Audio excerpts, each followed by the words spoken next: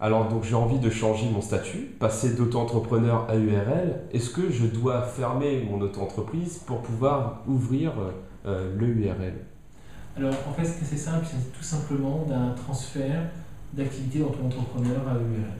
Donc aujourd'hui je suis encore auto-entrepreneur et j'aimerais demain créer mon URL. Est-ce que je dois à tout prix fermer mon auto-entreprise pour créer mon URL ou c'est plus simple que cela? En fait, Jérôme, tout va dépendre de ta situation. Si aujourd'hui tu conserves la même activité, il s'agit tout simplement d'un transfert d'activité. Par contre, si tu décides de faire une nouvelle activité, à ce moment-là, il faudra que tu demandes la radiation de ton statut d'auto-entrepreneur pour créer ta nouvelle activité, la faire immatriculer auprès du RCS. D'accord, donc si par exemple aujourd'hui je suis en auto-entreprise à la chambre des commerces, c'est avec eux que je vois directement si je garde ma même activité. Tout à fait. En fait, c'est tout simplement d'un transfert d'activité et tu vas directement avec la chambre de commerce. Si tu as une activité par contre artisanale, c'est avec la chambre des métiers qu'il faudra que tu organises en fait le transfert. Qu'est-ce que ce changement de statut aura comme répercussion sur ma gestion administrative et ma gestion au quotidien de mon entreprise? Alors, il ne faut pas oublier que ce sont deux statuts vraiment totalement indépendants. Aujourd'hui, lorsque tu es en situation d'entrepreneur, tu bénéficies d'un régime fiscal adapté, alors que lorsque tu vas être en EURL, tu n'auras pas de principe d'abattement forfaitaire. Donc en fait, il va falloir que tu tiennes une véritable comptabilité, que tu établisses ta facturation avec de la TVA, que tu fasses tes déclarations de TVA mensuellement ou trimestriellement, et également que tu établisses un bilan en fin d'année. Parallèlement à ça, lorsque tu es en EURL, tu es une personne morale, et donc tu dois tenir ce qu'on appelle l'Assemblée générale annuelle, produire le rapport de gestion et déposer les comptes auprès du greffe du tribunal de commerce. Donc, finalement, c'est pour ça qu'on dit que le statut d'auto-entrepreneur est un statut simplifié, notamment pour toutes ces démarches. Tout à fait. En fait, c'est vraiment le statut de la micro-entreprise. Et c'est vraiment le statut le plus simple possible. Comment puis-je optimiser mes revenus par rapport aux charges de ce nouveau statut? Alors en fait, au niveau du statut de l'URL,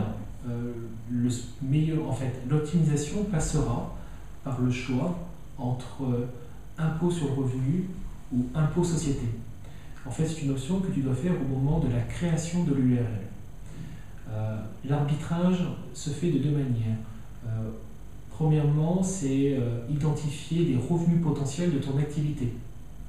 Et à partir de là, c'est d'arbitrer entre le régime et le barème progressif de l'impôt revenu et le régime de droit commun de l'impôt société. À savoir que jusqu'à 38 120 euros, le taux d'impôt société c'est 15 points.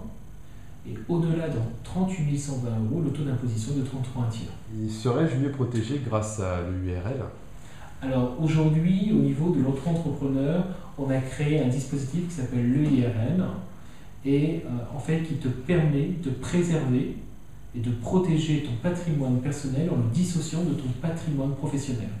C'est souvent ce pourquoi on se dirige vers l'EURL plutôt que d'avoir un statut d'indépendant.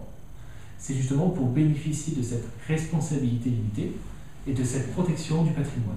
Et enfin, pour conclure cette interview, est-ce que tu aurais un conseil à partager pour nous aider à bien structurer notre projet? Alors effectivement, c'est avant tout d'avoir un prévisionnel d'exploit et de trésorerie avec des hypothèses réalistes.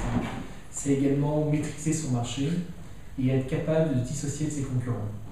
Ça, je vais dire que ça serait les premiers éléments sur lesquels je partagerai avec un jeune entrepreneur qui passe son EURL ou qui souhaite s'inscrire dans cette démarche. Mais également, pour te donner un exemple, si demain tu as une idée innovante, un nouveau concept, alors c'est vrai que c'est difficile, tu ne peux pas poser de propriété intellectuelle dessus.